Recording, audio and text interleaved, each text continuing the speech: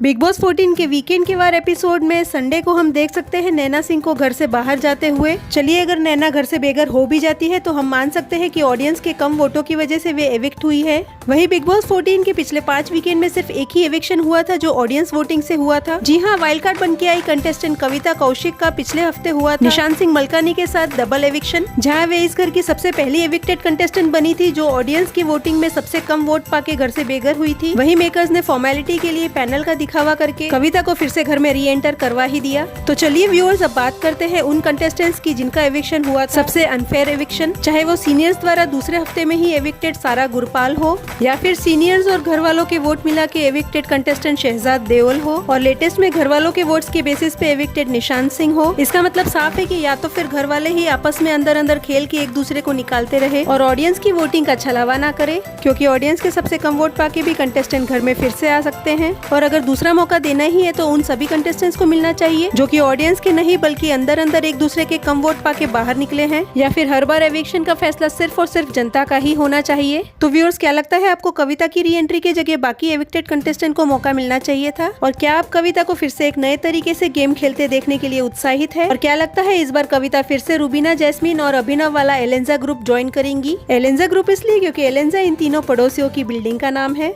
तो व्यूअर्स, क्या आप एक्साइटेड है? Please comment your views and like the video.